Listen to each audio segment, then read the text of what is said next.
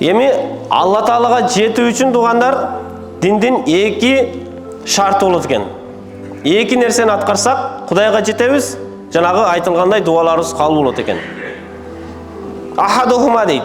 Ошол экөөнүн биринчиси таркул манахи дейт. Кудай тыйган нерселерден тыйылуу экен.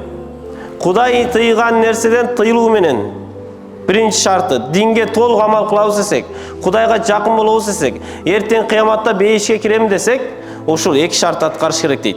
Биринчиси Кудай тыйган нерседен тыйылуу, ол ахару фи'алу таат, экинчиси Кудай буйрган нерсени аткаруу дейт. Кудай буйрган нерсени аткаруу экен, эки нерсе. Биринчиси Кудай тыйган нерсени тыйлабыз, экинчиси ошол Кудай буйрган нерсени аткарат экенбиз. Ошондо адам баласынын дини толук болот экен. Динде толук жашап атам десе болот экен.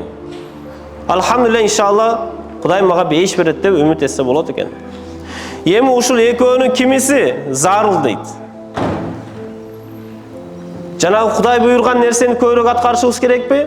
Же Кудай тыйган нерседен көбүрөөк тыйылыш керекпи? Кайсыл жагына басым жасашыбыз керек деген суроо жаралат. Канткенде Кудайга батыраак жакындаймын? Намаз окуп, орозо кармап, хайыр ихсан кылып ушуларды кылгандабы? Же болбосо Кудай тыйган нерседен тыйылган учурдабы?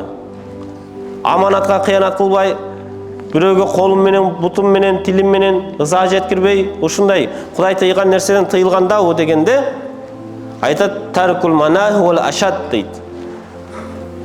Кудай тыйган нерседен тыйылуу бул өйдө турат экен. Кудайга жетүүдө туганым, таквачылыкка жетүүдө бизде көбүнчө суроо болот да, эмне амал жасасам Кудайга жакындаймын дейбиз. Жок, биринчи эмне амал жасайын эмес экен. Кайсыл амалдар ташташым керек? Кудай тыйган амалдар кайсылар? Ошолордон арылып жатаммы деп биринчи ошол нерсеге көңүл бур дейт.